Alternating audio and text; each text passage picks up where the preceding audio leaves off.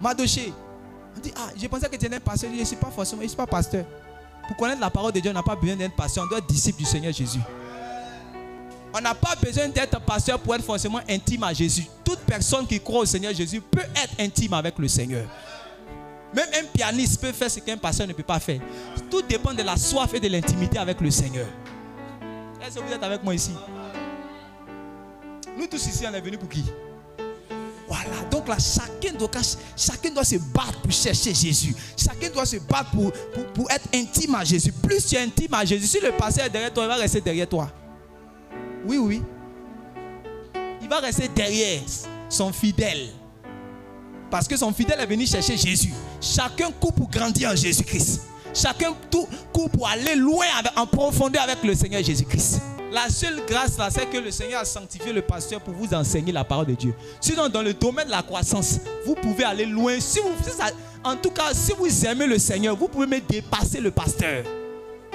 Qui vous a dit que dans une église, le plus grand forcément, spirituellement, c'est le pasteur? Est-ce que je suis en train de parler à des personnes ici? Le plus grand, c'est celui qui poursuit Jésus. C'est celui qui est profond, Jésus. C'est celui qui sait les autres. C'est celui qui a plus d'amour dans son cœur. C'est celui qui est serviable. C'est celui qui se sacrifie pour le Seigneur. C'est celui qui se consacre pour le Seigneur. C'est celui-là qui est le plus grand devant Dieu. C'est pour ça qu'il y aura les grandes surprises à la dernière minute. Ceux que vous êtes là, vous ne les voyez pas. Vous ne savez pas quel sacrifice ils sont en train de payer. Qu'est-ce qu'ils font pour l'œuvre de Dieu? Qu'est-ce qu'ils font pour que l'œuvre de Dieu avance? Qu'est-ce qu'ils font pour grandir dans le Seigneur? C'est par là qu'on voit la profondeur avec le Seigneur Jésus. Sinon, les titres que les gens portent là, c'est rien. J'ai l'habitude de dire aux serviteurs, il leur dit, si vous portez un titre et que vous n'êtes pas en train de travailler, vous êtes en train de faire peser le manteau là sur vous. Imagine quelqu'un qu'on appelle émérite évangéliste number 1, mais il n'a jamais gagné 5 âmes. Aïe.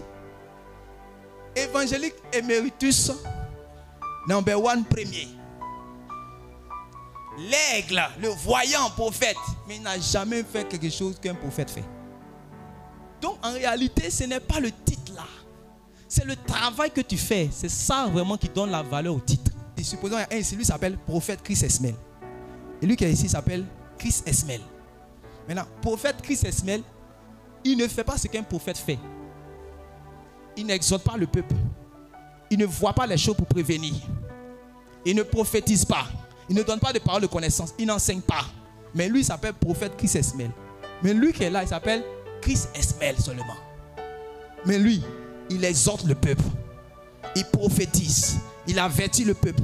Il tourne leur cœur à Dieu. Il les évangélise. Il annonce les choses à venir. Entre les deux là, qui est prophète? C'est prophète Chris Esmel, mais c'est Chris Esmel. Voilà. Donc, c'est le travail que tu fais là, l'œuvre que tu fais là, c'est ça qui détermine ce que tu es en Jésus-Christ. Ce n'est pas le titre lourd que tu as mis sur toi. Est-ce que vous comprenez? Voilà, c'est pour ça que vous voyez souvent même les Paul, on souvent les appelait Paul. Mais le travail de l'apostolat qu'il fait là, le jour qu'il dit je m'appelle Apôtre Paul, tu peux le discuter? Voilà. Mais quand toi tu n'as jamais évangélisé, et puis le jour que tu dis tu es un évangéliste, même le peuple même dit dis avec moi tu n'as jamais évangélisé. Et puis tu es évangéliste. La preuve que je suis évangéliste, c'est que j'ai gagné des âmes.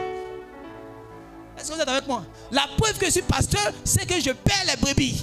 La preuve que je suis un apôtre, c'est que je bâtis des vies. Et je bâtis aussi des églises pour le Seigneur. Donc regardez ce que vous êtes et travaillez, c'est ça qui va vous faire.